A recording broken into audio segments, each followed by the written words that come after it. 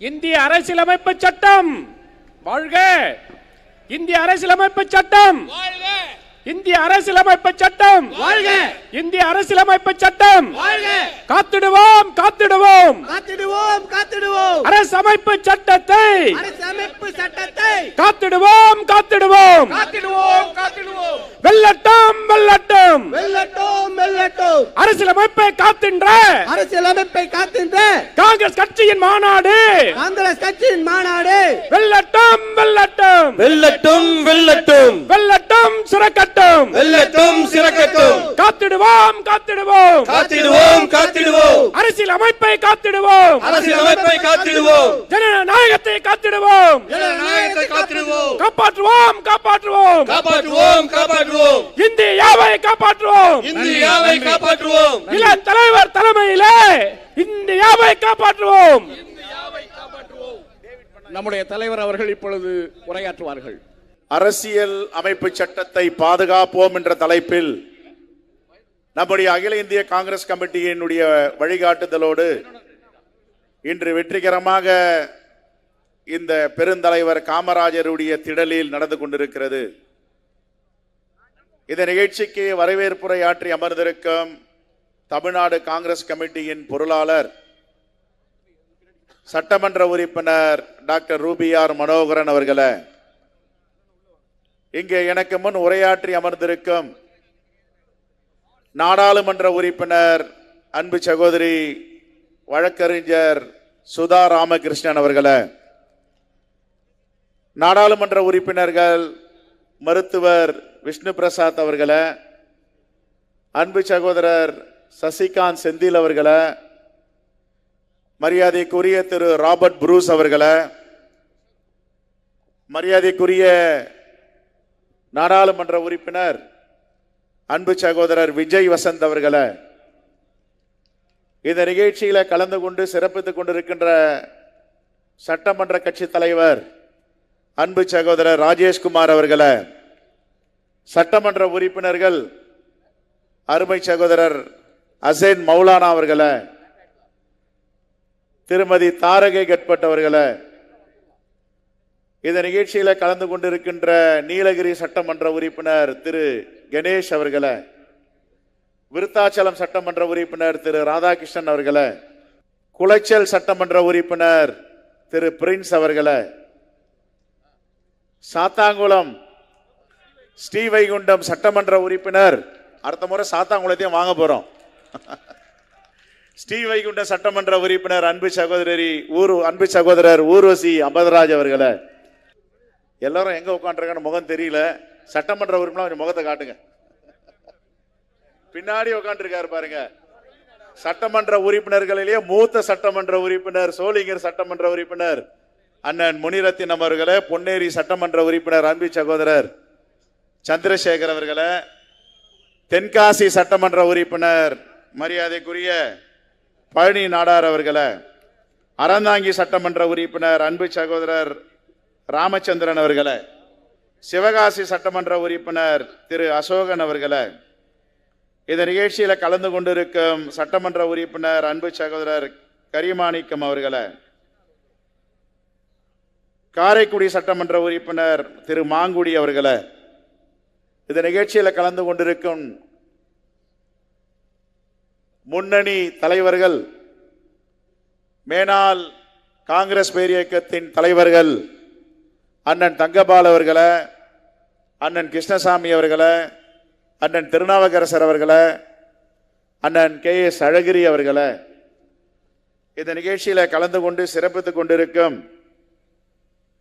நாடாளுமன்ற உறுப்பினர் திரு கோபிநாத் அவர்களே, நாடாளுமன்ற உறுப்பினர் அன்பு சகோதரர் சசிகாந்த் செந்தில் அவர்களே, நம்முடைய காங்கிரஸ் பேரியக்கத்தின் அகில இந்திய காங்கிரஸ் கமிட்டி உறுப்பினரும் CWC மெம்பருமான அண்ணன் டாக்டர் செல்லக்குமார் அவர்களே, அகில இந்திய காங்கிரஸ் கமிட்டியின் செயலாளர்கள் திரு கிறிஸ்டோபர் திலக் அவர்களே, திரு கோபிநாத் பழனியப்பன் அவர்களே, நம்முடைய காங்கிரஸ் பேரியக்கத்தின் தலைவர் பெருமக்கள் திரு SM இதயதுல்லா அவர்களே, திரு சொர்ணா சேதுராமன் அவர்களே, மேலாள் சட்டமன்ற உறுப்பினர்கள் திரு பழனிசாமி அவர்களை, இந்த நிகழ்ச்சியில கலந்து கொண்டு சிறப்பித்துக் கொண்டிருக்கும் நம்முடைய அணி தலைவர்கள், காங்கிரஸ் பேர் இயக்கத்தின் இளைஞரணி தலைவர் திரு லெனின் பிரசாத் அவர்களை, மகிழா காங்கிரசின் தலைவர் அன்பு சகோதரி அசீனா சையத் அவர்களை, திரு மகாத்மா சீனிவாசன் அவர்களை, கேடிஎல் அவர்களை, ஜோர்தன் அவர்களை, திரு புத்தன் அவர்களை, சசிகுமார் அவர்களை, திரு TR நவீன் அவர்களை, திரு சின்னத்தம்பி அவர்களை, ஆரிப் முகமது அவர்களை, பெரம்பூர் நிசார் அவர்களை, திரு ஆம்ஸ்டாங் அவர்களை, இந்த நிகழ்ச்சியில கலந்து கொண்டு சிறப்பித்துக் கொண்டிருக்கும் சென்னையுடைய சேவாதல் நமக்கெல்லாம் பாதுகாப்பு கொடுத்திருக்கின்ற காவல்துறையை போல் எல்லோரையும் அமைதிப்படுத்தி ஆறாவரப்படுத்திக் கொண்டிருக்கின்ற அன்பு சகோதரர் குங்பு விஜயன் அவர்களை, அருமை அண்ணன் மேனாள் நாடாளுமன்ற உறுப்பினர் திரு ஜெயக்குமார் அவர்களை, இந்த நிகழ்ச்சியில கலந்து கொண்டு சிறப்பித்துக் கொண்டிருக்கின்ற சிறுபான்மை துறையின் மேனாள் தலைவர், கிராம கமிட்டியின் ஒருங்கிணைப்பு தலைவராக இருக்கின்ற அண்ணன் பீட்டர் அல்போன்ஸ் அவர்களை, நம்முடைய போற்றுதலுக்குரிய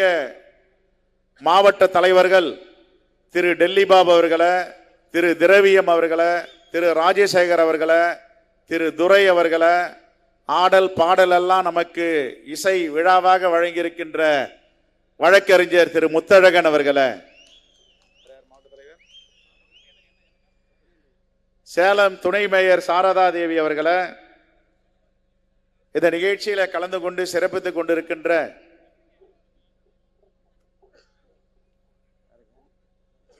எல்லோர் பெயரையும் சொன்னதாக நீங்கள் எடுத்துக்கொண்டு, மழை மிரட்டி பார்த்தது, மழையை மிரட்டி பார்க்கும் ஒரே சக்தி எது என்றால் அது காங்கிரஸ் பேர் இயக்கத்தின் தோழர்களாக நீங்கள் தான்.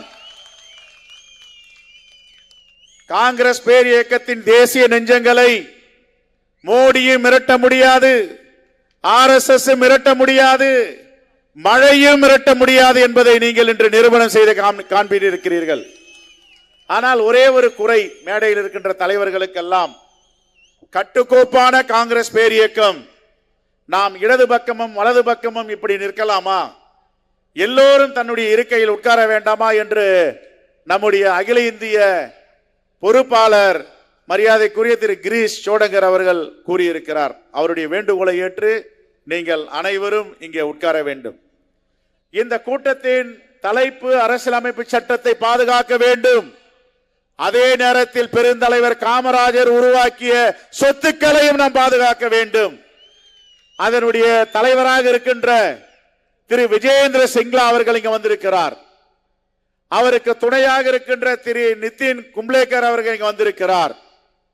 நமக்கு ஆக்கமும் ஊக்கமும் அளிக்கின்ற நம்முடைய பொறுப்பாளர் மரியாதைக்குரிய திரு கிரீஷ் சோடங்கர் அவர்கள் இங்க வந்திருக்கிறார். அவர்கள் எல்லாம் பார்த்து உங்களை பிரமித்து போய் அமர்ந்திருக்கிறார்கள்.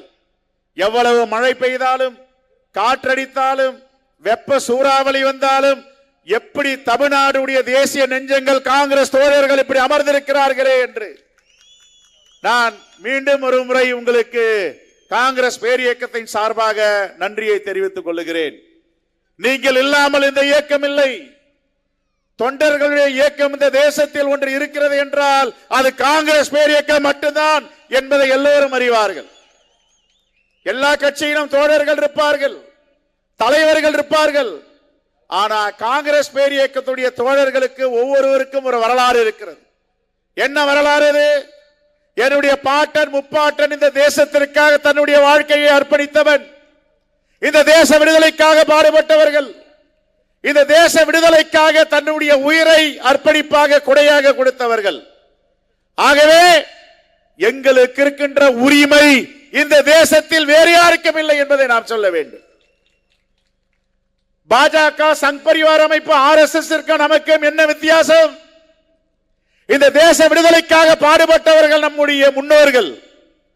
ஆனால் இந்த தேச விடுதலையை காட்டிக் கொடுத்தவர்கள் RSS சங் பரிவார் அமைப்பும் பிஜேபியும். இவர்களுக்கு என்ன இந்த மக்கள் மீது கரிசனம் இருக்கிறது?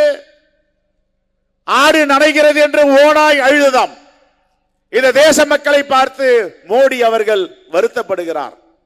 காஷ்மீர் நடந்த சம்பவம், நாம் ஆட்சியில் இருக்கும் போது டாக்டர் மன்மோகன் சிங் அவர்கள் அரசியலமைப்பு சட்டத்தை பாதுகாத்தார். அந்த அரசியலமைப்பின் சட்டத்தின்படிதான் தகவல் அறியும் உரிமை சட்டம் கொண்டு வரப்பட்டது, உணவு பாதுகாப்பு சட்டம் கொண்டு வரப்பட்டது, கட்டாய கல்வி, எல்லோருக்குமான கல்வி, ரைட் டு எஜுகேஷன் கொண்டு வரப்பட்டது. உலகமே போற்றுகின்ற ஐநா சபை விருது பெற்ற கொரோனா பெருந்தொற்று காலத்தில் இந்தியா அழியும் என்று சொன்னார்கள். இந்தியா அழிந்து போகும், 20 கோடி பேர் மக்களுக்கு மேல் செத்து மடிவார்கள் என்று சொன்னார்கள். அதே பத்திரிகை உலக நாடுகள் எல்லாம் என்ன எழுதியது என்றால், இந்தியா காப்பாற்றப்பட்டது, இந்த தேசம் தப்பியது என்றால் அன்னை சோனியா காந்தி வழிகாட்டுதல் டாக்டர் மன்மோகன் சிங் கொண்டு வந்த 100 நாள் வேலைவாய்ப்பு திட்டம், மகாத்மா காந்தி ஊரக வேலைவாய்ப்பு உறுதி திட்டம். ஆனால் காங்கிரஸ் பேரியக்க திட்டங்கள் மக்களுக்குமான திட்டம், எல்லோருக்குமான திட்டம். ஆனால் மோடி கொண்டு வருகின்ற திட்டம் யாருக்கான திட்டம்? அதானிக்கான திட்டம், அம்பானிக்கான திட்டம். இதுதான் காங்கிரசிற்கும் பாஜகவுக்கும் உள்ள வேறுபாடு. இந்த வேறுபாடை தேச மக்கள் புரிந்து கொள்ள இருக்கிறார்கள். நாமும் கொஞ்சம் புரிந்து கொள்ள வேண்டும். இங்கதான் பிரச்சனை. 30 ஆண்டுகளுக்கு பிறகு பெருந்தலைவர் காமராஜருடைய கனவு, பெருந்தலைவர் காமராஜருடைய ஆசை, என்னுடைய அடுத்த தலைமுறைக்கு நான் சொத்தை வாங்கி வைத்து செல்ல வேண்டும், இந்த சொத்துக்கள் மூலமாக வருகின்ற வருமானம் என்னுடைய இயக்கத்தை சார்ந்த பிள்ளைகள் படிப்பிற்காக செலவிட வேண்டும், மருத்துவத்திற்காக செலவிட வேண்டும் என்று அவர் கண்ட கனவு கொடையாக இந்த சொத்தை நமக்கு கொடுத்தார். ஆனால் இதை மீட்டெடுப்பதற்கும் கூட்டம் நடப்பதற்கும் உள்ளே வருவதற்கும் 30 ஆண்டுகளுக்கு மேல் நமக்கு பிடித்திருக்கிறது. இந்த தேசம் எங்கே சென்று கொண்டிருக்கிறது? இது யாருடைய தேசம்? யாரால் உருவாக்கப்பட்ட தேசம்? இன்று சுதந்திர காற்றை ஒவ்வொருவரும் சுவாசிக்கிறார்களே, அதை வாங்கி தந்தது யார்? நம்முடைய மூதாதையர்கள். கிராம கமிட்டி கூட்டத்தில் அண்ணன் பீட்டர் அல்போன்ஸ் தலைமையில் நம்முடைய சட்டமன்ற பொறுப்பாளர்கள், நாடாளுமன்ற பொறுப்பாளர்கள், பெருங்கோட்ட பொறுப்பாளர்கள் கிராமங்களிலே செல்லும் பொழுது என்ன சொல்லுகிறார்கள்? இந்த தேசம் என்பது உருவாக்கப்பட்டது எங்களுடைய மூதாதையர்களால். காங்கிரஸ் பேர் இயக்கத்தின் உறுப்பினர் என்றால் அவர் எல்லாரிடமும் வாதாட முடியும், பேச முடியும். என்ன வாதாட முடியும்? நாங்கள் இந்த தேசத்திற்கு சுதந்திரம் வாங்கி கொடுத்தவர்கள். இந்த தேசம் விடுதலையாகும் பொழுது ஒரு குண்டூசி தயாரிப்பதற்கு கூட பிரிட்டிஷ்காரர் எதையும் விட்டு விட்டு செல்லவில்லை, எல்லாவற்றையும் மாறிக்கொண்டு சென்றார்கள். ஆனால் ஜவஹர்லால் நேரு, அன்னை இந்திரா காந்தி, லால் பகதூர் சாஸ்திரி, தலைவர் ராஜீவ் காந்தி, நம்முடைய அன்னை சோனியா காந்தி வழிகாட்டுதல் நடந்த மன்மோகன் சிங் ஆட்சி என்னென்னலாம் சாதனைகளை புரிந்திருக்கிறார்கள். ஜவஹர்லால் நேரு பிரதமராக இருந்தார். ஒரு பக்கம் அமெரிக்கா என்ற வல்லரசு, இன்னொரு பக்கம் ரஷ்யா என்ற வல்லரசு. நாம் சூப்பர் பவர் கண்ட்ரி கிடையாது, வல்லரசு கிடையாது. ஆனால் ஜவஹர்லால் நேரு இந்திய மக்களை தலைநிமிர செய்ய வேண்டும் என்பதற்காக நான் அமெரிக்கா பட்டமும் போக மாட்டேன், ரஷ்யா பக்கமும் போக மாட்டேன், அணிசேரா நாடுகள், நான் அலைன்மென்ட் மூவ்மெண்ட். இந்த நான் அலைன்மென்ட் மூவ்மெண்ட் நாம் கொண்டு வந்தது யார்? ஜவஹர்லால் நேரு. உலகமே வியத்து பார்த்தது. ஜவஹர்லால் நேருக்கு என்ன துணிச்சல் இருக்கும்? ஒன்று அமெரிக்காவை சார்ந்திருக்க வேண்டும், இல்லை என்றால் ரஷ்யாவை சார்ந்திருக்க வேண்டும். நாங்கள் யாரையும் சார மாட்டோம், தண்ணீரவை பெற்ற தன்மான நாடு இந்தியா என்பதை உறுதிப்படுத்தினார். அந்த அடிப்படையில் தான் உலகமெல்லாம் இந்தியாவை திரும்பி பார்த்தது. அமெரிக்கா பக்கமும் சாயவில்லை, ரஷ்யா பக்கமும் சாயவில்லை. ஜவஹர்லால் நேரு வந்து கொண்டு வந்த தொழிற்சாலைகள், பக்கரனான் நதிக்கரைகள், அணைக்கட்டுகள், இது எல்லாம் இன்று என்ன சொல்லப்படுகிறது? மோடி ஆட்சியால் நவரத்னா திட்டங்கள். இந்த நவரத்னா நிறுவனங்கள், கம்பெனிகள் யாரால் கொண்டு வரப்பட்டது? பொது நிறுவனங்கள் யாரால் உருவாக்கப்பட்டது? ஜவஹர்லால் நேரு அவர்கள். ஜவஹர்லால் நேரு உருவாக்கியதை நம் கிராமத்தில் சொல்லுவார்கள், பெரும்பாலும் கிராமத்தில் இருந்து வந்திருக்கார். நெல்லவாயன் சம்பாதித்தால், சொல்லுங்க பாபா, சவுண்டா சொல்லுங்க, நெல்லவாயன் சம்பாதித்தால் யார் நாரவாயன்? மோடி. ஜவஹர்லால் நேரு கொண்டு வந்ததை, சம்பாதித்ததை, உருவாக்கியதை தனியார் வசம் ஒப்படைக்கிறார், அதானியிடம், அம்பானியிடம். பண்றாரா இல்லையா? எஸ். இதை தட்டி கேட்கும் ஒரே ஒரு இந்த தேசத்தின் முகம், இதை தட்டி கேட்கும் ஒரே ஒரு இந்த தேசத்தின் குரல் யார் அது? சவுண்டா சொல்லு, கேட்கலையே. ராகுல் காந்தி. இங்க சொல்றது ராகுல் காந்தி. ராகுல் காந்தி. சார் உங்க வேலையை பாருங்க சார், அவங்க சொல்றாங்க. இல்ல நீங்க சொல்றது மோடிக்கு கேட்கல. இந்த தேசத்தின் முகம், இந்த தேசத்தின் குரல், இது ஜவஹர்லால் நேரு கொண்டு வந்தது. அண்ணன் இந்திரா காந்தி வந்தார். அண்ணன் இந்திரா காந்தியை பார்த்து என்ன சொன்னார்கள்? தேச தலைவர்கள் எல்லாம், உலக தலைவர்கள் எல்லாம் என்ன சொன்னார்கள்? இரும்பு பெண்மணி, iron lady of the country சொன்னாங்களா இல்லையா? அமெரிக்க அதிபர் ரொனால்டு ரீகன் என்ன சொன்னார்? Iron lady of the country, iron lady of the world. Margaret Thatcher தான் ஒரு காலத்துல சொல்லுவாங்க. ஆனா இந்த தேசத்தின் இரும்பு பெண்மணியாக இருந்தவர் நம்முடைய அண்ணன் இந்திரா காந்தி அவர்கள். அவர் கொண்டு வந்த திட்டம் என்ன? 20 பாயிண்ட் புரோகிராம், 20 அம்ச திட்டம். இந்த 20 அம்ச திட்டம் கொண்டு வரும் பொழுது வறுமை ஒழிக்கப்பட்டது, கொத்தடிமைகள் அகற்றப்பட்டது, ஷெட்யூல்ட் மலைவாழ் மக்களுடைய வாழ்க்கையில ஏற்றம் கண்டது. ஒரு காலத்தில் நீங்களும் நாங்களும் யாரும் வங்கிக்குள் காலை வைக்க முடியாது. அண்ணன் இந்திரா காந்தி 20 அம்ச திட்டம் கொண்டு வந்து வங்கிகளை தேசிய உடைமையாக்கிய பிறகு எல்லோரும் வங்கிக்குள் நுழைந்தோம். இது உண்மையா இல்லையா? அண்ணன் இந்திரா காந்திக்கு நம்ம இல்ல சொல்லணும், நன்றி சொல்லணும். என் அருமை தோழர்களே, ஜவஹர்லால் நேரு, இந்திரா காந்தி, தலைவர் ராஜீவ் காந்தி. இன்னைக்கு வீடியோ கேமரா இருக்கு, எல்லோரும் வாட்ஸ்அப்ல இருக்கும், எல்லோரும் கையிலும் மொபைல் இருக்கு. விஞ்ஞான யுக புரட்சியை கொண்டு வந்தது யார்? ராஜீவ் காந்தியுடைய காலத்திலே விஞ்ஞான யுக புரட்சி. அது மட்டுமல்ல, இன்னைக்கு குப்பனும் சுப்பனும் பச்சை பேனாவில கையெழுத்து போடுறாங்க. பஞ்சாயத்து ராஜ் சட்டம் என்ன? தலைவர் ராஜீவ் காந்தி. பஞ்சாயத்து ராஜ் சட்டம், நகர்பாலிகா சட்டம், இந்த சட்டத்தை கொண்டு வந்தது எல்லோருக்கும் அதிகாரம், கடைசி மக்களுக்கும் அதிகாரம் என்பதை கொண்டு வந்தது யார்? தலைவர் ராஜீவ் காந்தி அவர்கள். இப்படிப்பட்ட தலைவர்களை நாம் பெற்றிருக்கிறோம். அதற்கு பிறகு அன்னை சோனியா காந்தி அவர்கள், அவருடைய வழிகாட்டுதல 10 ஆண்டுகள் டாக்டர் மன்மோகன் சிங் ஆட்சி என்ன கொண்டு வந்தார்? அவருடைய காலத்தில் உணவு பாதுகாப்பு சட்டம், உணவு உரிமை சட்டம், எல்லோருக்கும் கல்வி, எல்லோருக்கும் தகவல் அறிய உரிமை சட்டம், இப்படி பல திட்டங்களை கொண்டு வந்தார். போற்றப்படுகின்ற திட்டம் தான் 100 நாள் வேலை வாய்ப்பு திட்டம். ஆனால் என்ன பிரச்சனைன்னா, இப்ப நாங்க எல்லாம் சட்டமன்ற உறுப்பினரா இருக்கும், தொகுதியில போய் பார்த்தா யார் இந்த 100 நாள் வேலையை கொண்டு வந்ததுதான்? ஒருத்தன் ஜெயலலிதான்றாங்க, வேற வேற பேர்லாம் சொல்றாங்க. ஆனா இப்ப கொஞ்ச நாளா இது கொண்டு வந்தது அன்னை சோனியா காந்தின்னு சொல்றாங்க. அந்த மாற்றத்திற்கு காரணம் நீங்கள் தான் என்பதில் மாற்று கருத்து கிடையாது. என் அருமை தோழர்களே, தலைவர் ராகுல் காந்தியோட காலம், தலைவர் ராகுல் காந்தி காலத்தில் நாம் எல்லாம் வாழ்ந்து கொண்டிருக்கிறோம். ராகுல் காந்தி அவருடைய பங்களிப்பு இந்த தேசத்திற்கு என்ன?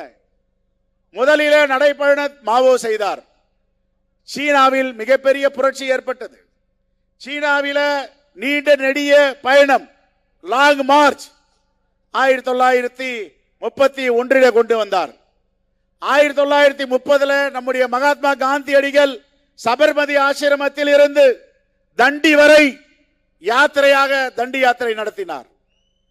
66 பேரோடு சென்றவர்கள் 6000 பேர், 60,000 பேராக நாடு முழுவதும் தீப்பற்றி கொண்டது. அந்த நாள் தான் 30ஆம் தேதி, 2 தினங்களுக்கு முன்பு நாங்கள் எல்லாம் வேதாரண்யத்தில் உப்பு எடுக்கும் சத்தியாகிரக போராட்டத்தில் கலந்து கொண்டோம்.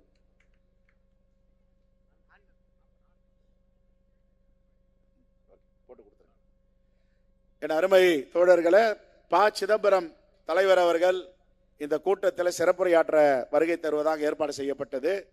அவர் திருச்சியிலிருந்து புறப்பட்ட விமானம் சென்னை வந்து வானிலை எப்படி நம்மை மிரட்டியதோ நாம் மிரளவில்லை, விமானத்தை மிரட்டியது. விமானம் மிரண்டு போய் திருச்சியில இறங்கியது. மீண்டும் திருச்சியிலிருந்து வந்து இறங்குவதாக சொல்லியிருக்கிறார்கள். அவர் முடிந்தால் வந்து பேசுவார், இல்லை என்றால் தொலைபேசியில பேசுவதாக அறிவிப்பு செய்திருக்கிறார்கள். அருமை பெரியோர்களே, தாய்மார்களே, இன்று தேசம் எங்கே சென்று கொண்டிருக்கிறது? நாம் இருக்கும் பொழுது எத்தனை லட்சம் கோடிகள் கடனை வாங்கியிருந்தோம்? பாஜக ஆட்சியில் எத்தனை லட்சம் கோடிகளை வாங்கியிருக்கிறார்கள்? 50 விழுக்காடுக்கு மேல் இந்த தேசத்தில் ஒவ்வொரு குடிமகன் மீதும் கடன் சுமையை சுமத்தி இருக்கிறார்கள். இதையெல்லாம் இந்த தேச மக்கள் பார்த்து கொண்டிருக்கிறார்கள். ஆகவே அரசியலமைப்பு சட்டத்தை ஏன் பாதுகாக்க வேண்டும்? அரசியலமைப்பு சட்டத்திற்கு என்ன ஆபத்து ஏற்பட்டு இருக்கிறது என்று எல்லோரும் கேட்கலாம். அரசியலமைப்பு சட்டத்தை மாற்றி எழுத வேண்டும் என்றுதான் RSS சங் பரிவாருடைய திட்டம். ஒருவேளை அவர்கள் முழுமையான ஆட்சி, மெஜாரிட்டியான ஆட்சி, பெரும்பான்மை ஆட்சி வந்திருந்தால் இன்று அரசியலமைப்பு சட்டத்தை மாற்றி எழுதியிருப்பார்கள். அவர்களுக்கு என்ன திட்டம்? சங் பரிவார் அமைப்பு நாக்பூரில் போட்டுகின்ற திட்டத்தை நடைமுறைப்படுத்துகின்ற பிஜேபி நரேந்திர மோடி அவர்கள், இந்த தேசம் என்பது ஒரு தேசம், இந்த தேசத்தில் ஒரே ஒரு கொடி, இந்த தேசத்தில் ஒரே ஒரு தேர்தல், இந்த தேசத்தில் ஒரே ஒரு மொழி, இந்த தேசத்தில் ஒரே ஒரு உணவு பழக்க வழக்கங்கள், இந்த தேசத்தில் ஒரே உடை அணிய வேண்டும். இதெல்லாம் RSS சங் பரிவாருடைய திட்டங்கள். இந்த திட்டங்களை நிறைவேற்றுவதற்கு மோடி துடித்துக் கொண்டிருக்கிறார். இதையெல்லாம் எதிர்த்து ஒரு முகமும் ஒரு குரலும் இந்த தேசத்தில் போராடி கொண்டிருக்கிறது. உங்களுக்கெல்லாம் தெரியும், தலைவர் ராகுல் காந்தி இருக்கும் வரை நாங்கள் இதை அனுமதிக்க மாட்டோம் என்று நாம் சூழ்நிலைத்துக் கொண்டிருக்கிறோம். எதற்காக மோடி ஒரு தேர்தல், ஒரு நாடு, ஒரு மொழி, ஒரு கொடி எதற்காக சொல்லுகிறார்? சீனாவில ஆட்சி நடந்து கொண்டிருக்கிறது. சீனாவில் என்ன ஆட்சி நடக்கிறது? அதிபர் ஆட்சி நடக்கிறது, கொடுங்கோல் ஆட்சி. ஜெர்மனியில் என்ன ஆட்சி நடந்தது? ஹிட்லர் நடத்திய ஆட்சி. ஹிட்லர் நடத்திய ஆட்சியை இந்தியாவில் கொண்டு வர வேண்டும் என்று மோடி துடித்துக் கொண்டிருக்கிறார். ஒரு குடையின் கீழ் இருக்க வேண்டும். அப்படி என்றால் அரசியலமைப்பு சட்டத்தை உருவாக்கிய புரட்சியாளர் அம்பேத்கர், ராஜேந்திர பிரசாத் அவர்கள் வாங்கிய அரசியலமைப்பு சட்டம், ஜவஹர்லால் நேரு அவர்களால் புரட்சியாளர் அம்பேத்கர் அரசியலமைப்பு சட்டத்தை எழுதி இந்த தேசத்திற்கு கொடையாக கொடுத்திருக்கிறாரு.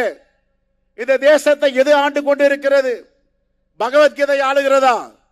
குர்ஆன் ஆளுகிறதா? பைபிள் ஆளுகிறதா? ஆனால் இந்த தேசத்தை ஆளுவது அரசியலமைப்பு சட்டம். காங்கிரஸ் பேரியக்கம் வடிவமைத்து கொடுத்தது. புரட்சியாளர் அம்பேத்கரிடம் ஒப்படைக்கிறார்கள். உலகத்தில் இல்லாத அளவிற்கு ஒரு அரசியலமைப்பு சட்டத்தை எழுத முடியும் என்றால் அது அம்பேத்கரால் எழுத முடியும். உலக நாடு பல்கலைக்கழகத்தில் எல்லாம் அவருடைய எழுதிய புத்தகங்களை பாட புத்தகமாக படித்துக் கொண்டிருக்கிறார்கள். எல்லா பல்கலைக்கழகங்களிலும் புரட்சியாளர் அம்பேத்கர் அவ்வளவு எளிதாக இந்த சட்டத்தை எழுதவில்லை. எவன் வந்தாலும் அடிப்படை சட்டத்தை மாற்ற முடியாது, அடிப்படை சட்டத்தை தொட முடியாது என்று எழுதியிருக்கிறார். ஆகவேதான் புரட்சியாளர் அம்பேத்கர் இன்னும் மக்களோடு மக்களாக வாழ்ந்து கொண்டிருக்கிறார். இந்த சட்டம் என்பது எல்லோருக்குமான சட்டம். இந்த சட்டம் என்பது இந்த தேசத்தில் ஒருவன் இந்தியனாக பிறக்கிறான் என்றால் இந்த மண்ணில அவனுக்கு எல்லா உரிமைகளும் இருக்கிறது என்று எழுதியிருக்கிறார். லிபர்ட்டி இருக்கிறது, ஈக்குவாலிட்டி இருக்கிறது, ஃப்ரெட்டர்னிட்டி இருக்கிறது, அவனுக்கு எல்லாம் இருக்கிறது. இந்த தேசத்தில் ஒரு இஸ்லாமியன் பிறந்தால் இந்த தேசத்துடைய பிரஜை அவன். ஆனால் மோடி என்ன கொண்டு வந்தார்? NRC, CAA எதற்காக கொண்டு வந்தார்? இந்த நாட்டில் வசிக்கின்ற இஸ்லாமியர்களை அகற்ற வேண்டும், பாகிஸ்தானுக்கு அனுப்ப வேண்டும், ஆப்கானிஸ்தானுக்கு அனுப்ப வேண்டும். இது வெறும் பேச்சு மட்டுமல்ல. அவருடைய மூத்த தலைவர்கள், கேபினட் அமைச்சர்கள் சொன்னார்கள், இஸ்லாமியர்கள் பாகிஸ்தானுக்கு சென்று விடுங்கள், ஆப்கானிஸ்தானுக்கு சென்று விடுங்கள், இந்த தேசம் என்பது இந்துக்களின் நாடு என்று சொன்னார். ஆனால் நம்முடைய கான்ஸ்டிடியூஷன், அரசியலமைப்பு சட்டம் ஒருபோதும் அப்படி சொல்லவில்லை. இந்த மண்ணில் எவன் பிறக்கிறானோ அவன் இந்த தேசத்தின் பிரஜை, சிட்டிசன் ஆஃப் த இந்தியா என்று சொன்னார். இன்னும் இன்டர்நேஷனல் ஆக்ட்ல நீங்க பாத்தீங்கன்னா, ஒரு அமெரிக்க விமானம் இந்தியா மீது பறக்குதுன்னா நம்முடைய வான்வெளியில், நம்முடைய எல்லையில் ஒரு குழந்தை பிறக்கிறது என்றால் அந்த குழந்தை இந்திய பிரஜையாக சிட்டிசன் கோர முடியும் என்று இன்டர்நேஷனல் ஆக்ட் சொல்லுகிறது. அப்படி என்றால் இந்த தேசத்தை சிதைக்க நினைப்பவர்கள் யார்? அரசியலமைப்பு சட்டத்தை மெல்ல மெல்ல மெல்ல சாகடிக்க வேண்டும் என்று சொல்பவர்கள் யார்? இன்னைக்கு நேரடியா அரசியலமைப்பு சட்டத்தை இவர்கள் தொட முடியாது. ஆனால் புற வழியாக இன்டைரக்ட் திட்டம் என்னவென்றால், முதலில் வகுப்பு வாரி பிரதிநிதித்துவம், அதற்கு எதிரானவர்கள். தலைவர் ராகுல் காந்தி தொடர்ந்து நாடாளுமன்றத்தில் கணக்கெடுப்பு, சாதிவாரி கணக்கெடுப்பு செய்ய வேண்டும், மக்கள் தொகை கணக்கெடுப்பு செய்ய வேண்டும், ஒன்றிய அரசு மாநில அரசும் நலத்திட்டங்களை கொடுப்பதற்கு இந்த திருத்தங்கள் இல்லாமல், கணக்கெடுப்பு இல்லாமல் கொடுக்க முடியாது என்று சொல்லுகிறார். எதற்காக சொல்லுகிறார்?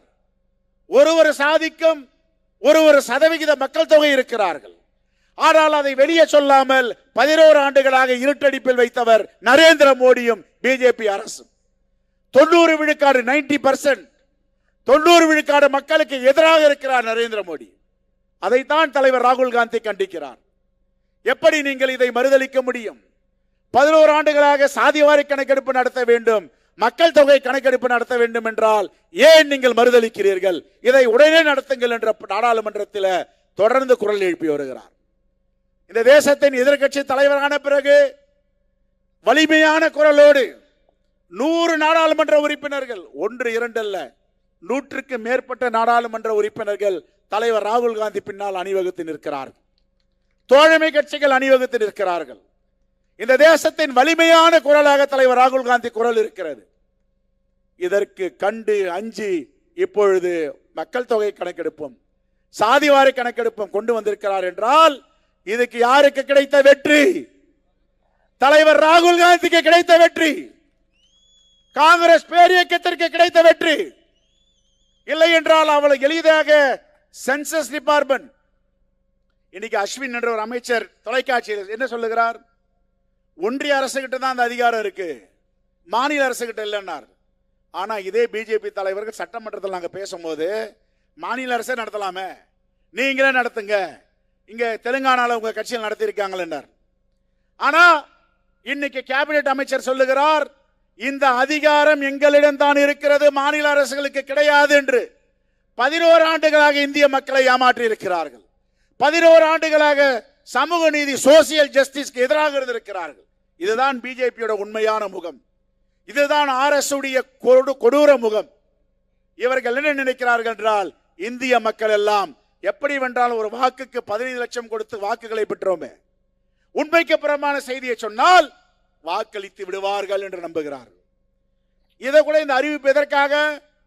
பீகார் தேர்தல் வருகிறது. காஷ்மீரில் பகல்காம் பகுதியில் தீவிரவாதிகள், பயங்கரவாதிகள் நம்முடைய இந்திய சொந்தங்களை சுட்டு படுகொலை செய்தார்கள். தலைவர் ராகுல் காந்தி நேராக எங்கு சென்றார்? வெளிநாட்டில் இருக்கிறார். இப்படிப்பட்ட சம்பவம் நடந்திருக்கிறது என்றவுடன் வெளிநாட்டு பயணத்தை ரத்து பண்ணிவிட்டு நேராக அகில இந்திய காங்கிரஸ் கமிட்டி அலுவலகத்திற்கு வருகிறார். எதிர்கட்சி கூட்டத்தில் கலந்து கொள்ளுகிறார்கள். அடுத்த நாள் நேராக எங்கே செல்லுகிறார் தலைவர் ராகுல் காந்தி? காஷ்மீர் பகல்காம் செல்லுகிறார்.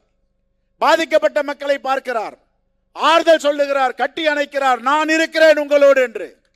ஆனா பிரதமர் என்ன பண்ணார்? மோடி அவரும் வந்தார்.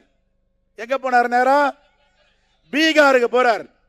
எதுக்கு பீகாருக்கு போறாரு? தேர்தல். பிஜேபி ஆர்எஸ்எஸ் என்றால் ஏமாற்றும் வேலை, சீட்டர்ஸ் ஆங்கிலத்தில் சொல்றான். நீ நேரா காஷ்மீர் போய் ஆறுதல் சொல்லாம நீங்க எங்க போனீங்க? நேரா பீகாருக்கு தேர்தல் பரப்புரைக்கு போயிட்டு அங்க பேசுறாரு. என்ன பேசுறாரு? நான் உங்களுக்காக இருக்கிறேன், பிஜேபி அரசாங்கம் உங்களுக்காக இருக்கு. ஒரு குரல் எதிர்முனையிலிருந்து வருது, நீ எங்களுக்காக இருக்குன்னா சாதிவாரி கணக்கெடுப்பு நடத்தியான்னு கேட்டாங்க. எல்லாம் கேட்டாங்களா இல்லையா? பார்த்தார். ஐபி ரிப்போர்ட் கொடுக்குறாங்க, படுதோல்வியை சந்திக்க போகிறீர்கள் பீகார் பெரிய மாநிலத்தில். அடுத்த நாள் வராரு, கேபினட் மீட்டிங் போடுறாரு, சாதிவாரி கணக்கெடுப்பு, மக்கள் தொகை கணக்கெடுப்பு நடத்தப்படுன்றார். செஞ்சாரா இல்லைங்களா? அப்ப இதோடைய காரணம் என்ன? பயம், அச்சம். காங்கிரஸ் பேரியக்கத்தை பொறுத்தவரை, எங்கள் தலைவர்களை பொறுத்தவரை, குறிப்பாக தலைவர் ராகுல் காந்திக்கு எந்த அச்சமும் இல்லை, எந்த பயமும் இல்லை. மக்களுக்காக வாழ்ந்து கொண்டிருக்கிறோம் என்று போராடி கொண்டிருக்கிறார். எந்தவித சமாதானமும் செய்து கொள்ளாத தலைவராக நம்முடைய தலைவர்கள் இருக்கிறார்கள். 80 வயதை கடந்த நம்முடைய அகில இந்திய காங்கிரஸ் கமிட்டி தலைவர் மல்லிகார்ஜுன கார்கே அவர்கள் தினம் தினம் சுற்றுப்பயணத்தில் மக்களை சந்தித்துக் கொண்டிருக்கிறார். மோடி அவர்களே, உங்களுடைய ஆட்சி காலங்கள் தொடங்கிவிட்டன. கவுண்டன். அடுத்த பிரதமர் யார்? இந்த தேசமே எதிர்பார்த்து கொண்டிருக்கிறது. இளைஞர் பட்டாளம் எதிர்பார்த்து கொண்டிருக்கிறது. இந்த தேசத்திற்கு விடிவு வரும், விடிவு வரும் என்று எதிர்பார்த்து கொண்டிருக்கிறார்கள். 10 ஆண்டுகளாக தேர்தலிலே தில்லுமுள்ளு. என்போர்ஸ்மெண்ட் டைரக்டர் அமலாக்கத்துறை, CBI, central bureau of investigation, income tax, மத்திய வருவாய்த்துறை, அதற்கு கூட இன்னொரு கூட்டாளி சேர்த்துக்கிறாங்க. யார? தேர்தல் ஆணையம்.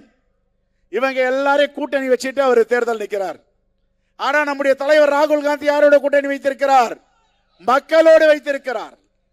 மக்களோடு கூட்டணி வைத்து மக்களோடு மக்களாக தேர்தல் களத்தில் நிற்கிறார்.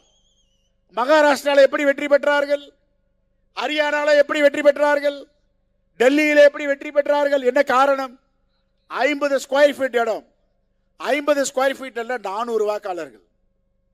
ஒரு 50 ஸ்கொயர் ஃபீட்ல எவ்வளவு பேர் தங்க முடியும்? 100 ஸ்கொயர் ஃபீட்ல எவ்வளவு பேர் தங்க முடியும்? 5 பேர் தங்கலாம். நெருக்கடியா இருந்தா 10 பேர் தங்கலாம். 400 வாக்காளர்கள் ஒரே முகவரியில் இருக்கு. இதுதான் பாஜக, இதுதான் RSS சங் பரிவார். மக்களை ஏமாற்றுவார்கள். நான் நினைக்கிறேன் என்னுடைய வாக்கு நான் நினைப்பவனுக்கு அளிக்கிறேன் என்று. ஆனா RSS சொல்றாங்க, உன்னுடைய வாக்கை நான் தீர்மானிப்பேன், உன்னுடைய வாழ்க்கையை நான் தீர்மானிப்பேன், உன்னுடைய எதிர்காலத்தை நான் தீர்மானிப்பேன், நீ எப்படி என்ன உணவு உண்ண வேண்டும் என்று நான் தீர்மானிப்பேன், என்ன உடை உடுத்த வேண்டும் என்று நான் தீர்மானிப்பேன், நீ என்ன படிக்க வேண்டும், மும்மொழி கொள்கையா இருமொழி கொள்கையா என்பதை நான் தீர்மானிப்பேன். ஆனால் நீ யாருக்கு வாக்கு போட வேண்டும் என்பதையும் நான் தீர்மானிப்பேன் என்று சொல்லதுதான் RSS பிஜேபி. இதையெல்லாம் நம்முடைய தேச மக்கள் பார்த்து கொண்டிருக்கிறார்கள். ஒருபோதும் இவர்கள் திட்டத்தை அனுமதிக்க போவதில்லை. இவர்களுக்காக இந்த தேசம் நிற்கப் போவதில்லை. எப்படி ரஷ்யாவில புரட்சி வந்து லெனின் சிலை உடைக்கப்பட்டதோ, ஸ்டாலின் சிலை ஒடிக்கப்பட்டதோ, அதே போன்று இந்தியாவில இந்த தேசத்திற்கு விரோதமாக, தேச மக்களுக்கு விரோதமாக செயல்பட்ட பாஜக ஆட்சியே உங்கள் ஆட்சி தூக்கி எறியப்படும் என்ற நாள் வரப்போகிறது. அவ்வளவு சாதாரணமாக நம்முடைய அரசியலமைப்பு சட்டம் எழுதப்பட்டதா? எவ்வளவு பெரிய போராட்டம்! எல்லோரையும் சமாதானப்படுத்த வேண்டும், எல்லோருக்குமான சட்டமாக இருக்க வேண்டும். இந்த சட்டத்தை யார் வந்தாலும் அடிப்படையை கை வைக்க முடியாது. ஜவஹர்லால் நேரு அவர்களிடம் உலக நாடு பத்திரிகையாளர் எல்லாம் சொல்லுகிறார்கள், நான் இந்த சட்டத்தை பற்றி நான் பேச வேண்டும் என்று. எல்லோரையும் அணுகுகிறார்கள். ஆனால் கடைசியில ஜவஹர்லால் நேருவை பார்த்து விட்டு வருகிறார்கள். ஏறக்குறைய 1 மணி 2 மணி ஆகிவிட்டது. புரட்சியாளர் அம்பேத்கர் அவர்கள் படித்துக் கொண்டிருக்கிறார். பத்திரிகையாளர் சொன்னார்கள், இந்த தேசமே உறங்கிக் கொண்டிருக்கிறது, நீங்கள் வீழ்த்திருந்து படித்துக் கொண்டிருக்கிறீர்கள் என்று. அப்பொழுது புரட்சியாளர் அம்பேத்கர் சொன்னாராம், இந்த தேசம் தூங்கிக் கொண்டிருக்கிறது, அவர்களை தட்டி எழுப்புவதற்காகத்தான் நான் படித்துக் கொண்டிருக்கிறேன் என்று சொன்னாராம். அதே போன்று இந்தியா ஒரு பகுதி RSS சங்பாரியோருடைய சிக்கலில மாட்டிக்கொண்டிருக்கிறது, கடிவாளத்தில் சிக்கிக் கொண்டிருக்கிறது. அவர்களை எல்லாம் மீட்டெடுக்கிற உரிமையும் மீட்டெடுக்கிற தகுதியும் நமக்கு இருக்கிறது. ஆகவே எல்லோரும் விழிப்புணர்வு ஏற்படுத்த வேண்டும். காங்கிரசிற்கும் பாஜகவிற்கும் என்ன வித்தியாசம் என்பதை சொல்ல வேண்டும். இப்போ 52 விழுக்காடு நம் கிராம கமிட்டியை தாண்டி வெரிஃபிகேஷன் நடந்திருக்கு. எப்படி இவ்வளவு சீக்கிரம் நடக்க முடியாது என்றால், எல்லா கிராமங்களிலும் காங்கிரஸ் பேரியக்கத்தை சார்ந்த தேசிய நெஞ்சங்கள் உயிர்ப்போடு இருக்கிறார்கள், வலிமையாக இருக்கிறார்கள், தலைவர் ராகுல் காந்தியை நேசித்துக் கொண்டிருக்கிறார்கள். ஆகவே இது சாதிக்க முடிந்தது, இன்னும் சாதிக்க போகிறோம். 30 ஆண்டுகளாக திறக்காத காமராஜருடைய திடல் கதவு உங்களால் இப்பொழுது திறக்கப்பட்டிருக்கிறது. அதே போன்ற தேசத்தின் கதவு, நாடாளுமன்றத்தின் கதவு, பிரதமர் நாற்காலியின் கதவு தலைவர் ராகுல் காந்திக்காக வெகு விரைவில் திறக்கப்படும்.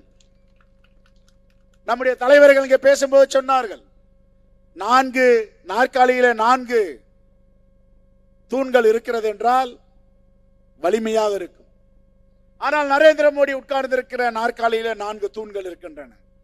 ஒன்று சந்திரபாபு நாயுடு, இன்னொன்று நிதிஷ்குமார். இந்த தூண் எப்பொழுது பிச்சு கொண்டு அதாக ஓடும் என்று தெரியாது, சிக்கலில் இருக்கிறார்கள். ஆனால் தலைவர் ராகுல் காந்திக்கோ காங்கிரஸ் பேரியக்கத்திற்கோ கொல்லைப்புறமாக ஆட்சி அமைப்பதில் எந்தவித உடன்பாடும் கிடையாது. மக்களை சந்திப்போம். மீண்டும் காங்கிரஸ் பேரியக்கம் புத்துணர்வோடு இந்த தேசத்தை பாதுகாக்கின்ற கட்சியாக மறுமலர்ச்சி அடையும். தலைவர் ராகுல் காந்தி அரணையில் ஏறுவார். அப்போ என்ன கோட்டு சூட்டு போட்டு அந்த உட்கார போறாரு. சாதாரண எளிமையாக மக்களோட மக்களாக ஒரு டி-ஷர்ட் போட்டு தான் உட்கார போறார், இல்லைன்னா ஒரு ஜிப்பா. இப்படிப்பட்ட ஒரு தலைவரை இந்த தேசம் கண்டதில்லை. மகாத்மா காந்தியடிகளுக்கு பிறகு மாவோ அவர்கள் சீனாவில லாங் மார்ச் நெடும்பயணத்தை மேற்கொண்டார்.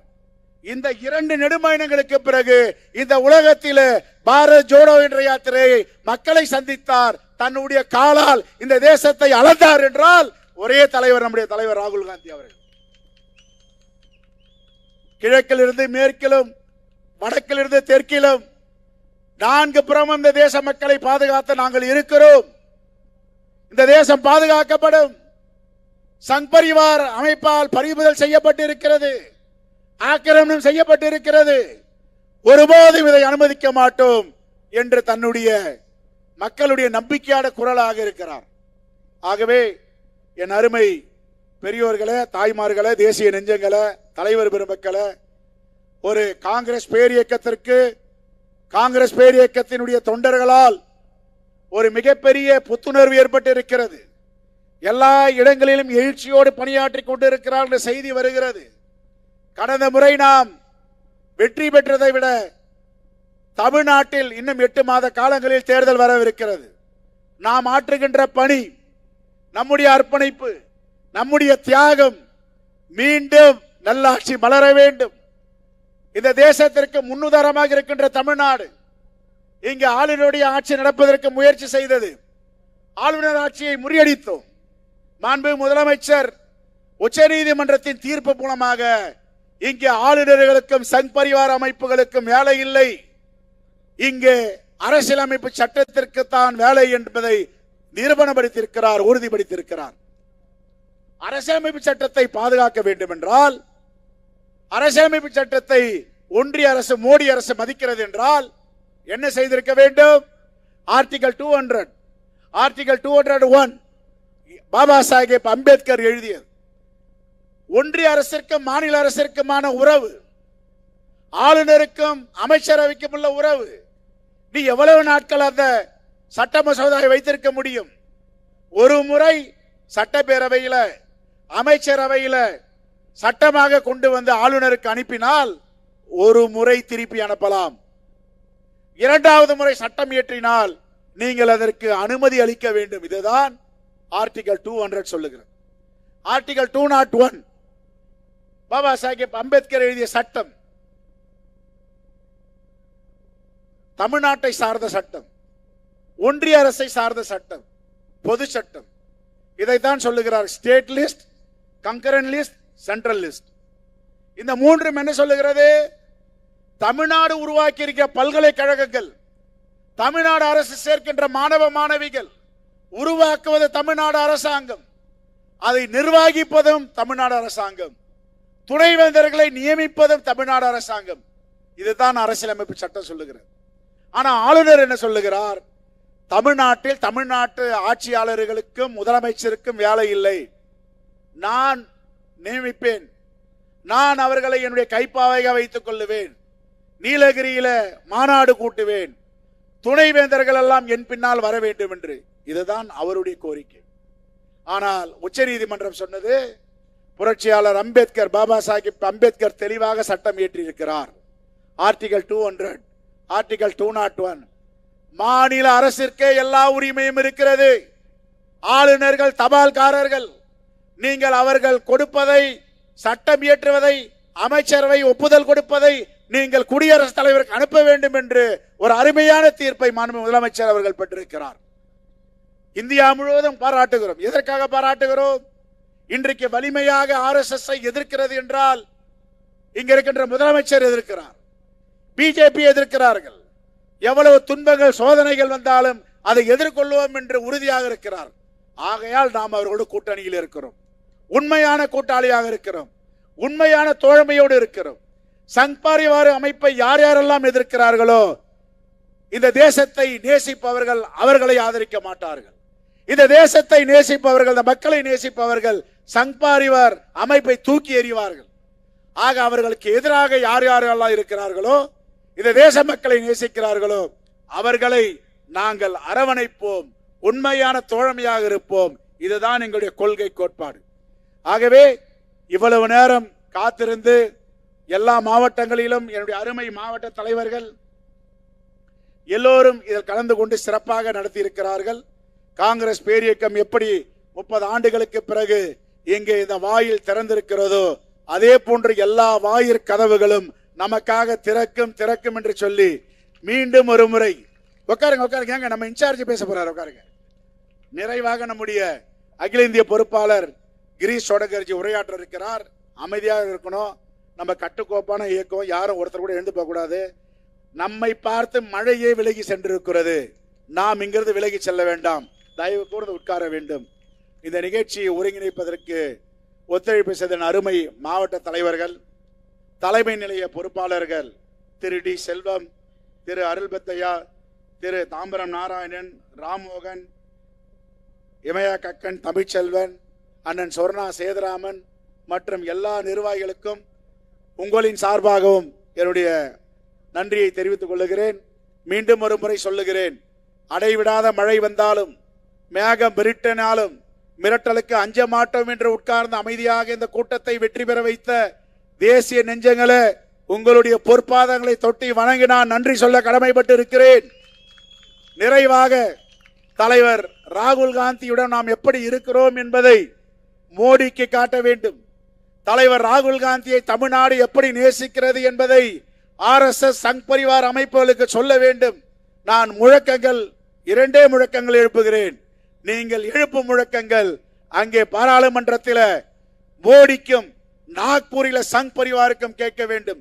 தலைவர் ராகுல் காந்தி, தலைவர் ராகுல் காந்தி, தலைவர் ராகுல் காந்தி, அன்னை சோனியா காந்தி, அன்னை சோனியா காந்தி, அன்னை சோனியா காந்தி, தலைவர் மல்லிகார்ஜுன கார்கே, தலைவர் மல்லிகார்ஜுன கார்கே, தலைவர் மல்லிகார்ஜுன கார்கே, நமது பொறுப்பாளர் கிரீஷ் சோடங்கர். நன்றி, வணக்கம்.